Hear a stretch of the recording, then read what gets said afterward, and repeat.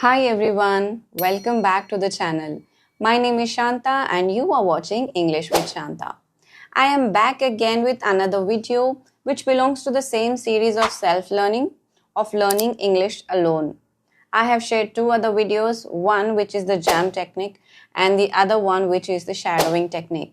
I will leave the links in the description box. Please go and watch them. And if you are new to the channel, please consider subscribing because you will find a lot of videos and conversations which are aimed at improving your spoken English. So in this video, I am going to tell you about a brilliant action plan, a very simple and unique method where you have to invest your 15 minutes of day or night to do this activity and you will see your fluency improve in a very short period of time. Even in this video, I am going to share some questions and topics that you can utilize in your speaking practice, especially when you're practicing speaking alone. The advantages of this technique again is that you don't need any partner to practice it. You don't need any investment in terms of money, and you just have to dedicate 15 minutes a day in order to do this practice.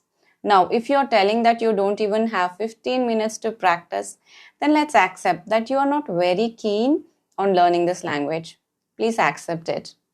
Now, for those of you who are keen and enthusiastic to learn and find out what exactly this technique is, let me share it with you. It is better for you to do this activity or practice at the end of the day before going to bed. Why? Well, I'll tell you in the later part of the video. This is an amazing technique because it is also going to trick your brain to start thinking in English throughout the day. What is it and how to do it? Come, let's see.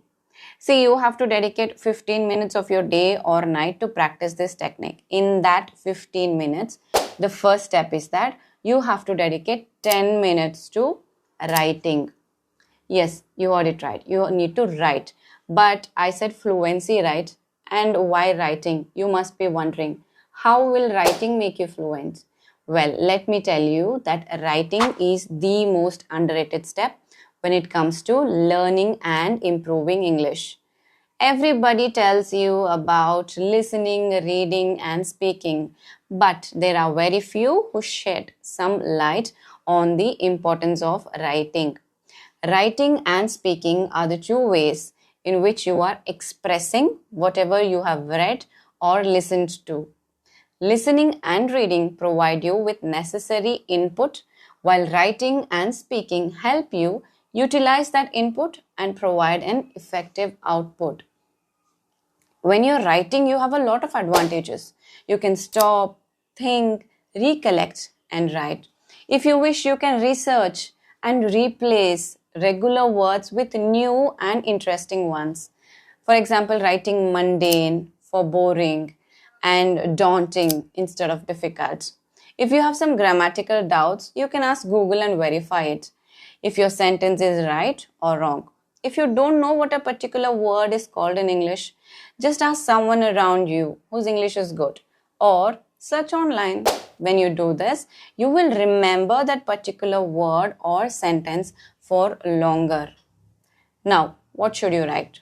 Say if you are a student or if you live in a hostel, you will have lot of interesting things to share because almost all your days are different from each other. So you can write how your day went. You can just journal your entire day. Just pour your heart out.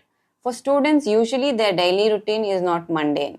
It might be possible that you had to submit an assignment, you had some culturals in your college, or you had a breakup, or you are in a cold war with one of your friends. Someone has said something, you had a presentation to make, so on and so forth. Just describe every minute details of what happened during your day. You can write about all of this. Why only this? You can even write something related to your academics, some new chapter that you have learned, just write it down. If you are a working professional, you can write about your office politics, seminars, any career goals that you have, something that you want to study, any event, any planning, any office parties, get-togethers, holidays, even interview related topics and question and answers, presentation and seminar related topics, etc. You can write daily about these things. Now, if you are a homemaker, you can write about your personal goals. What are your dreams and desires? College memories, future plans, anything about your children, something that different happened at your home that made you happy or anxious, an event narration, get together, potluck, why you're learning English, etc. If you are a retired person, you can write about your life experience, any trip that you took when your kids were younger, some of the friends that you had in your life, and so on. I'm segregating and giving you ideas because you might be wondering what to write every day, right? And we have learners of all age groups. So when I say write your daily routine, it's not a very appealing idea to homemakers and the elderly because our lives are usually the same every day. In general, if you want, these are a few questions or topics you can write about. The first one is your most memorable birthday. Next, if God gave you a supernatural power, what would you ask for and why? Third, would you rather be famous or wealthy and why? Fourth one, if money wasn't an obstacle, where would you be right now and why? Fifth one, if given a chance, what would you change about your past? So these are some examples. You can watch my daily conversations to get more ideas on this because I will be discussing different topics and questions during the conversations. You can get ideas from there. Trust me, when you hold a pen and start writing things, you will be pleasantly surprised at how much you are able to share and write, how many ideas are there in your mind. You just keep writing continuously, and nobody is going to read or listen to what you are writing or speaking. So you can just write whatever comes to your mind, however personal it is, because this is just for practicing your English. Now that you're done with writing, what should you do next? Close the book and keep it aside. Yes, now it's the time for the second step, that is speaking. You need to speak out whatever you have written. You need to speak for the next 5 minutes. Pay attention. I'm not asking you to read what you have written. No, you need to close your book and speak. You can record yourself with a voice recorder or camera while speaking. See, the amount of stuff that you can write in 10 minutes, all of it can be spoken within 5 minutes. While speaking, if you feel that you are running out of content, just start from the beginning again and keep talking. Just don't stop. Keep talking for full 5 minutes at least. And you can do it easily because you have just written about the same thing for full 10 minutes. Your mind was busy and accumulating thoughts about the very same topic. Once you're done, just go through your recording and evaluate your performance. What mistakes you have done and how could you better improve yourself. Just apply whatever you have learned in the next day's practice. It is as simple as that. 10 minutes of writing and just 5 minutes of speaking practice. Is it too much to ask for? See, if you practice this method for at least 15 days, you will start seeing improvement in your English fluency. Just keep in mind that you have to do this every single day. I also told you at the beginning of the video that this method will trick your brain to keep thinking in English throughout the day, right? How?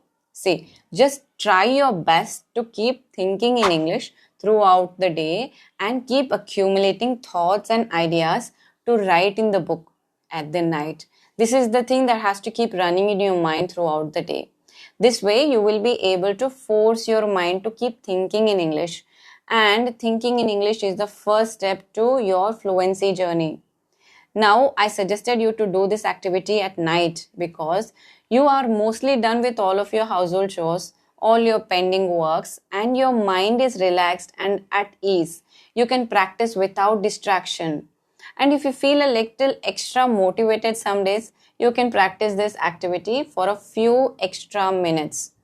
So this was the trick that I wanted to share with you. Did you find meaning in the content of this video? If you did, please hit the like button so that I will get the motivation to make such videos for you in the future. Do subscribe to the channel because you will have a lot of interesting stuff coming your way. Leave your thoughts in the comment section, and I really hope that you just don't watch the video and leave it here. Start practicing your English from today. Take care, good luck. I'll see you in another video. Bye.